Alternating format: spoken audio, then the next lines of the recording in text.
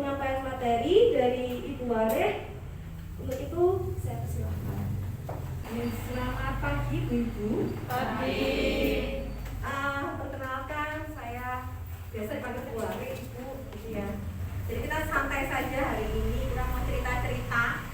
Terima kasih Ibu-Ibu sudah berkenan hadir. Terima kasih Bu Dewi sudah mengumpulkan Ibu-Ibu semua dan membantu teman-teman mahasiswa. Ya, ternyata hari ini ada kejadian. Ini saya mau bercerita mengenai menjadi orang tua yang bijak di masa pandemi. Nah, ibu-ibu semua orang tua ini. Putranya sudah pintar, Bu. Saya pengen tahu.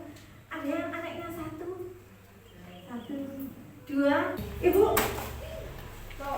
wah Pandawa ternyata luar biasa. Nah, ternyata ibu-ibu sudah berputra, ya, sudah berputri, gitu ya. Jadi hari ini kita mau saling sharing aja, gitu. Apalagi ketika bicara keluarga, ibu, ini pasti akan bicara bapak, ibu sama anaknya. Ini kebetulan saya pakainya KB, Bu, ya. Jadi anaknya dua. Nah, anaknya masih dua begitu. Jadi ada bapak, ibu dan juga anak-anak. Ini adalah sebuah keluarga. Gitu. Nah, ibu-ibu ternyata penelitian memberitahukan bahwa orang tua ini berpengaruh besar pada anak-anaknya. 70% itu orang tuanya berpengaruh besar pada perkembangan anak, sedangkan 30%-nya itu adalah ya dia bermain dengan teman-temannya, dia bermain di sekolah, itu sisanya gitu. Dia berdampak pada anak-anak. Dan dia lebih banyak menghabiskan waktu bersama keluarga. Ibu, ketika kemarin masa pandemi, anaknya di rumah ya Bu ya, mulai aja ya, tambah kreatif apa tambah bingung gitu. Tambah bingung ya Bu ya. Saya mau tanya ya ibu tambah kreatif wonten? Ngapain Bu kreatifnya? Iya, belajar lagi ternyata. Ada lagi ibu yang kreatif apa? Akhirnya buatin cemilan buat anak-anaknya. Nah ini ibu makin kreatif ketika menghadapi masa pandemi. Dia masih belum menikah. Oh tidak ada ya. Nah sudah sekian tahun menikah. Nah saya ajak ibu-ibu untuk kilas balik bagaimana pertama kalinya dulu membangun keluarga. Mulai dari menikah. Nah, Bu, dulu pacaran sama bapaknya? Ya. Oh enggak, langsung taruh ya Bu. Ada yang taruh Bu. Oh ada yang taruh. Belum ya, kayaknya mungkin zaman itu masih belum banyak yang taruh gitu. Yang pacaran sekian tahun wonten. Berapa Bu?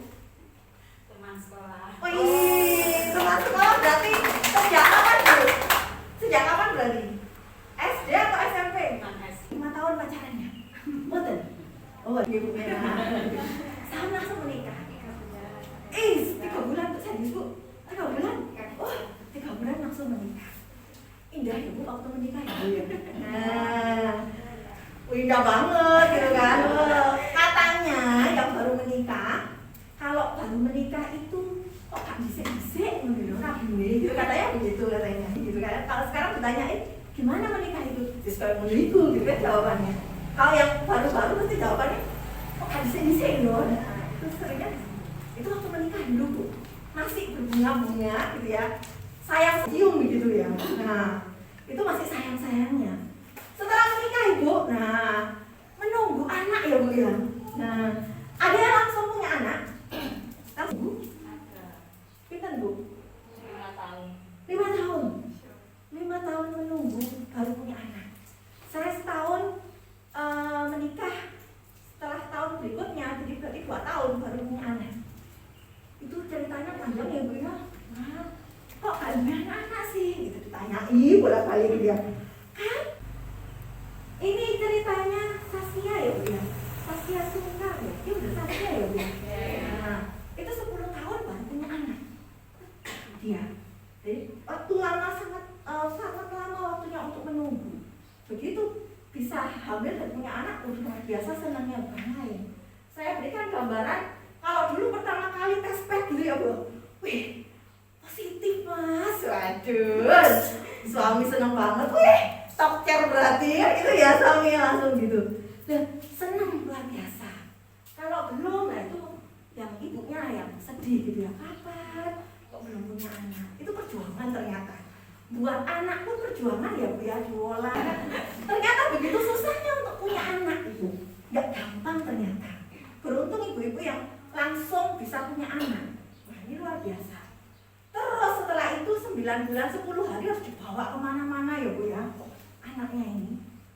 Kesel sih ibu-ibu tuh. Ya kan? Saya sendiri juga ngalami hamil besar naik turun tangga lantai 3 Bu. Wah, ketemu sama siswa, jadi hamil ketemu sama siswa itu ya, aduh anak ini gitu ya. Terus cuma amit-amit coba bayin kebukaan aku api-api gitu. Jadi terus ada sugesti yang diberikan oleh ibu kepada bayinya ketika di dalam kandungan. Ibunya kesel ubah-ubah, bayinya langsung narik kencang-kencang. Masih ingat itu Bu? Nah, digosok-gosok biar, nak sabar ya nak ya, kebahan ibu cek nak gitu. Iya kan, itu masa-masa perjuangan ibu-ibu membawa si bayi di dalam perut kemana-mana. Yo nang pasar, yo lihat itu, ya ampun gitu, sak noni gitu. Tetapi ya kita tenang saja, dibawa anak itu kemana-mana. Dukungan suami luar biasa. Nah, ibu-ibu, saya mau cerita sedikit saja sebentar keluar dari konteks itu, gitu ya. Bahwa ternyata alam bawah sadar ini merekam semuanya itu. Itu kenapa tadi saya awali dengan ketika hamil dulu, walaupun bayinya belum sadar dengan apa yang ibu sampaikan, ini ternyata bisa ditransfer ke anaknya. Nah, kamu nanti jadi anak yang baik ya nak ya, jadi anak yang pintar ya nak ya. Ini karena terekam 88%. Jadi apa yang didengar, apa yang dilihat, apa yang dibaca, itu terekam ke alam bawah sadar. Sedangkan yang 12%-nya itu dari tindakan kebiasaan itu yang disadar. Nanti kita main sedikit mainan alam bawah sadar ini kayak apa gitu ya. Oke, nah itu kenapa ketika nanti harusnya saya ceritain dulu. Oh sebentar, oh ada yang apa nih ternyata. Bayinya lahir hilang gambarnya. Ya sudah apa. Harusnya di sini ada ceritanya bayinya lahir Bu. Lah bayinya lahir kayak itu aneh dulu. Ketika bayi lahir, nah kelihatannya masih bayi, gak ngerti apa-apa. Tapi di situ dimasukkan berbagai macam sugesti. Bisa. Kamu nanti jadi anak yang pintar ya nak ya. Kamu nanti jadi anak yang baik ya nak ya. Karena apa ini? Hal positif itu harus dimasukkan kepada anak. Ketika anak ngantuk, 30 menit pertama saat anak tidur, saat anak bermimpi dan juga ketika anak menyibuk. Jadi hal yang positif itu monggo dimasukkan. Kamu nanti jadi anak yang pintar ya nak ya.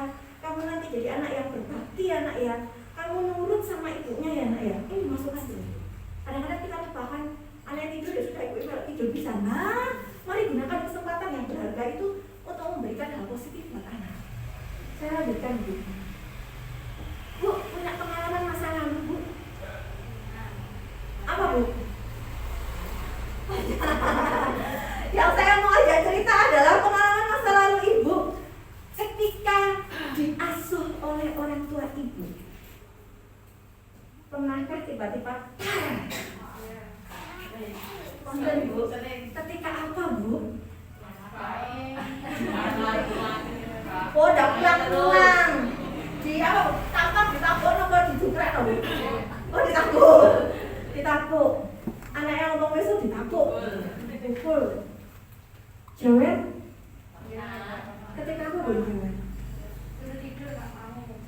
Suruh tidur nggak mau dijawab. Dan itu jawabnya dari ruang tamu sampai kamar ya Bu? Oh enggak? Oh sampai pulang. Bukan pernah dipecat Bu? Waktu apa Bu dipecat Bu? Ibu, pengalaman masa lalu ibu-ibu ini terekam di dalam alam bawah sadar ibu-ibu adalah ketika pengalaman masa lalu ini ibu praktekkan ke anaknya. Ini yang bahaya. Jadi ada banyak ibu-ibu orang tua ya karena dulunya diajarinya begitu, makanya ke anaknya juga begitu. Ini yang bahaya. Karena apa? Bukannya ngajari tapi dendam. Dendamnya yang dilampiaskan ke anaknya. Kasihan anaknya. Nah, itu terbentuk pemikiran di dalam diri anak bahwa membentak, memukul dan tidak kekerasan lain itu adalah bentuk kasih sayang. Nggak ngeri ya. Jadi terekam di dalam bayangan anak-anak. Oh, nek ibuku mukul itu ibuku sayang be aku ya. Wes besoknya dia pukul temannya kok gitu kan aku sayang be kamu. Nah, loh, kejadian Bu. Jadi karena orang tuanya biasa di rumah nyaduk, ceduh gitu. Ini si anak ketemu anak laki-laki disaduk. Kenapa kok disaduk temennya? Ya enggak apa-apa Bu. Ya biasa saya di rumah juga disaduk, ya udah saya saduk temen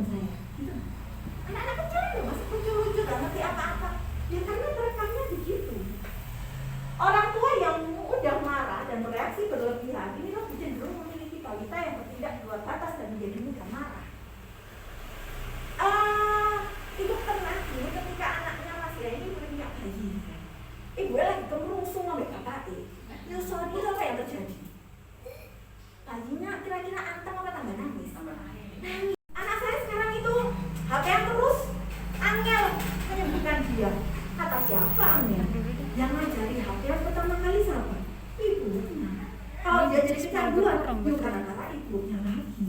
Nah terus bagaimana? Ya monggo dikurangi, bisa kok. Kan tinggal ibunya sekarang. Mau pinteran anaknya, mau pinteran ibunya kan tinggal gitu. Oke, mari kita belajar mengenai perkembangan anak. Itu seperti apa ibu? Karena apa? Ini dampaknya ke kepribadian di masa yang akan datang.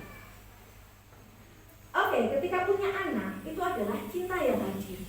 Anak normal, lahiran normal ibu, lahirannya normal. Normal. Ada yang sesar ya? Ada. Kalau dulu bayi berapa kali pun melahirkan itu brojol gitu saja ya. Kalau zaman sekarang, waduh ibu-ibu muda, normal aja antara hidup dan mati gitu kan. Itu perjuangan untuk melahirkan anak. Ketika anak usia 1 sampai 1,5 tahun, bahkan ini ketika bayi lahir, maka dia belajar percaya kepada ibunya. Percayanya dari mana? Bu, nyusui sampai berapa tahun bu? 2 tahun. Ada yang lebih? Wih, 4 tahun ibu. Oh, iya. Idealnya memang 2 tahun gitu ya. Karena di situ belajarnya si anak. 2 tahun ibu menyusui, maka ini ada pelukan, ada kasih sayang. Berbeda ketika menyusuinya ini dengan botol. Kalau botol ditletak naik, dibotoli, ibu nonton sinetron kena gitu ya.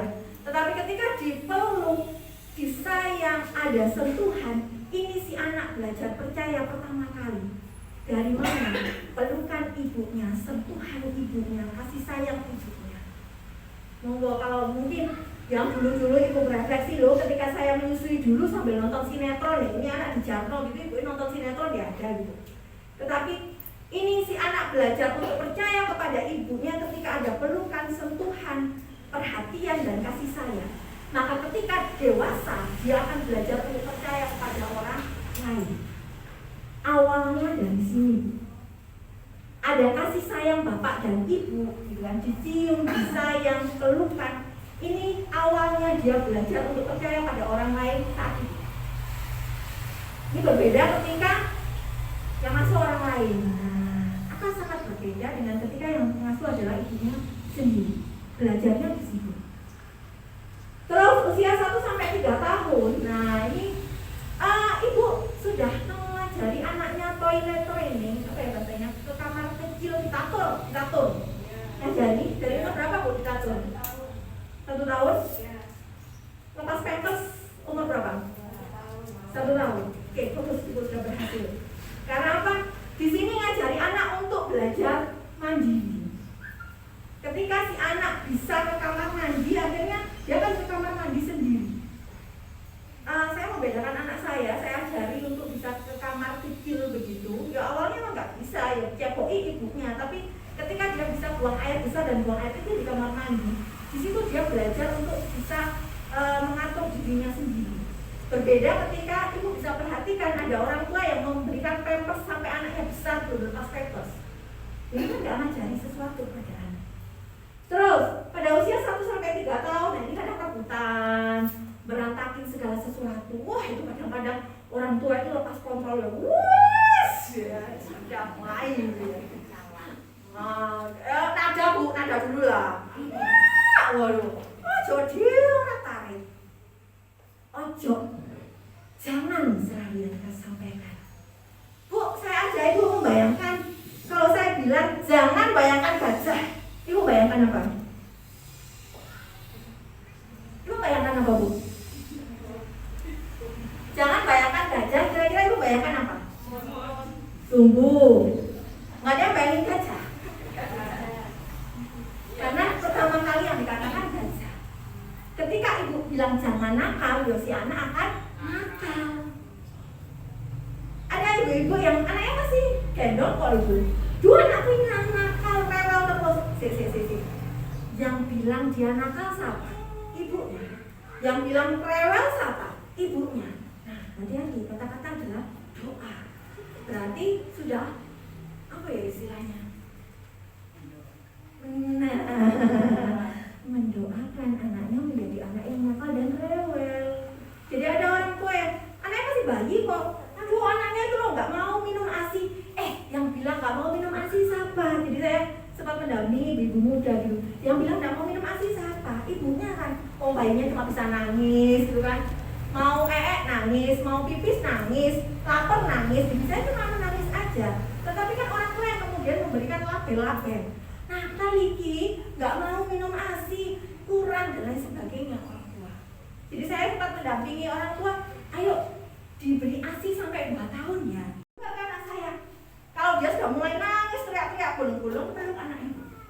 Dipeluk, oke, Dek, sudah, nangisnya sudah. Nggak semua yang adik minta itu dituruti. Jadi diomongkan itu lebih bisa Bu usianya. Sekarang anak saya sudah besar, dia sudah tahu, oh iya Mak, berarti nggak semua yang aku minta itu dituruti ya. Oh iya ya, giling. Ya karena dasarnya dari sini. Jadi mengajarkan apapun itu usia 1 sampai 3. Kadang-kadang kan ibu-ibu mikirnya, belum ngerti lah, Kak Kira ngerti, bisa. Anak ini paham, bahkan cerdas Bu, usia 1 sampai 3 tahun. Kayak suka, ibu berapa tahun? 4 tahun. Suka tanya ya, Ma ini apa? Itu apa? Ini apa? Itu apa? Kadang-kadang orang tuanya asal ya Bu ya, dok, takut aja. Menunggu aja cuma dibunuh. Padahal ini anak sedang belajar pinter Bu. Nah memang ibunya kudu semua baru untuk menjelaskan. Itu nak namanya kucing nak. Nah, kucingnya kakinya apa itu nak? Nah, yang itu ayam nak. Ayamnya itu kakinya gimana? Diajarkan sehingga dia merekam dengan baik. Itu luar biasa. Jadi bagaimana orang tua membimbing anaknya di usia 1 sampai 3 tahun itu membawa pengaruh di masa depan. Bagaimana dia bisa mengelola emosinya. Jadi kalau tadi yang teriak-teriak sampai gulung-gulung, ini bahasanya di kami itu tantrum Bu. Jadi kalau sudah seperti itu, nah ini sudah kebablasan. Jadi harus ada terapi khusus buat dia untuk bisa mengendalikan marahnya, mengendalikan emosinya. Jadi memang anak-anak diajari boleh nangis, tapi kalau sudah selesai dia sudah diem. Marahnya kenapa? Oke, sudah selesai marahnya, sudah. Jadi masih bisa diarahkan kok, masih bisa diatur mereka. Itu di sini. Jadi pola asuh orang tua yang disiplin itu penting ketika usia 1 sampai 3 tahun. Bu, saya mau cerita usia 3 sampai 6 tahun. Ini ilmu ya Bu. Jadi anak laki-laki akan begitu dekat dengan ibunya. Anak perempuan akan begitu dekat dengan ayahnya. Cara orang tua menanggapi si anak ini berdampak di masa depan. Saya kasih contoh Bu. Katakanlah saya punya anak laki-laki, dia lagi merengek kepada saya. Tuh ambilkan ini, anak-anak kan biasa gitu. Setalah, minggir. Maka ini yang akan terekam pada pikiran anak-anak. Oh ternyata perempuan jahat, perempuan itu enggak baik. Maka di masa datang dia akan mencintai sesama jenisnya gara-gara itu. Usia 3 sampai 6 tahun. Begitu juga sebaliknya. Kalau tadi antara ibu dengan anak laki-laki, anak perempuan ke bapaknya juga begitu. Bapaknya lagi sibuk gitu ya. Pak, ambil ini ya, Pak ini ya. Setelah minggir, yes. Terekam menang. Oh, berarti laki-laki itu jahat. Laki-laki itu gak enak, tidak menyenangkan. Maka di masa yang akan datang dia akan mencintai sesama jenisnya gara-gara di sini. Itu kenapa pada usia 3 sampai 6 tahun perannya orang tua lawan jenis ini begitu pentingnya kepada si anak. Kenapa? Ibu bisa bayangkan betapa kalau ibu-ibu dulu punya kedekatan khusus dengan bapaknya ibu dulu. Maka ketika menikah akan kepikiran nanti cari jodoh kayak bapak kan gitu ya. Nah itu karena ini. Berarti orang tua, ayahnya ibu-ibu dulu berhasil mendidik, memberikan kasih sayang yang penuh kepada ibu-ibu semua sehingga dia juga akan mencintai lawan jenisnya, bukan sejenisnya. Itu di usia ini. Terus lagi, nah ini ayah betapa pentingnya dirimu saat mendidik anak perempuan gitu kan. Ketika si anak perempuan dekat dengan ayahnya, maka dia akan menjadi anak yang kuat dan juga mandiri. Jadi peran orang tua lawan jenisnya ini begitu penting di usia 3 sampai 6 tahun karena berdampak pada kepribadian dia di masa depan. Terus itu buat pipis, bukan buat mainan. Kalau sudah selesai pipis ditutup, bukan dibuat mainan, harus diarahkan. Jangan dikira bahwa yang perempuan enggak Bu, yang perempuan iya saya ngamati. Lalu saya tiba-tiba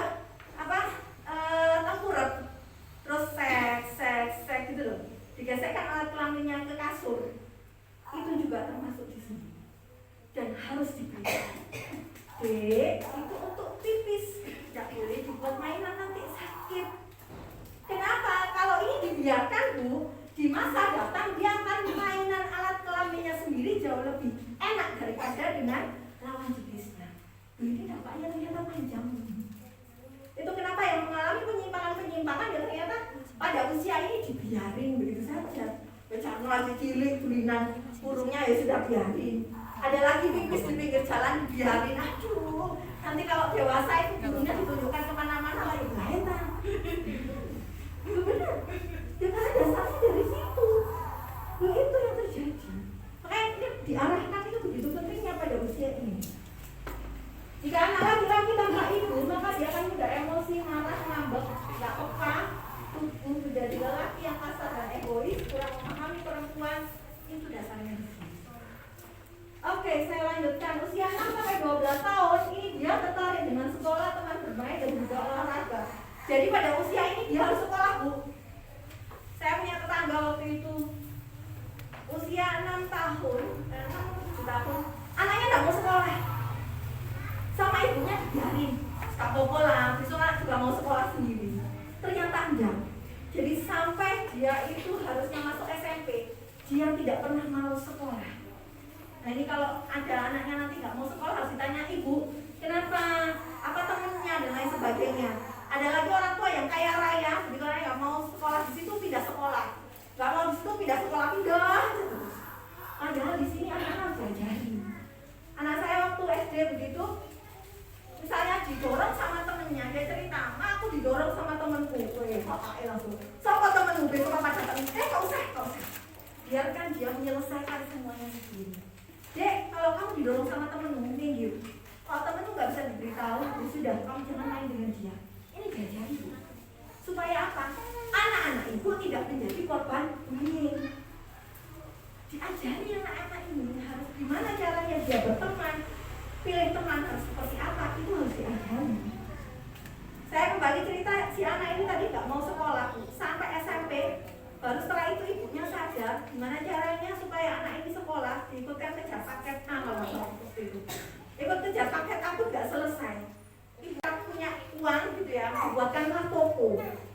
Toko ini untuk kamu, untuk usaha kamu gitu, dan pokoknya dijaga sampai keterusan Kak sekolah. Itu kenapa pada usia 6 sampai 12 tahun, anaknya sekolah. Kalau dia Bu, aku nggak mau sekolah soalnya tadi dipukul sama temennya. Ceritain, kasih tahu. Dek, dipukulnya kenapa? Kamu ngapain? Jadi ajak anak ini untuk bercerita, mengungkapkan dan bantu dia untuk bisa menyelesaikan masalahnya. Itu di sini.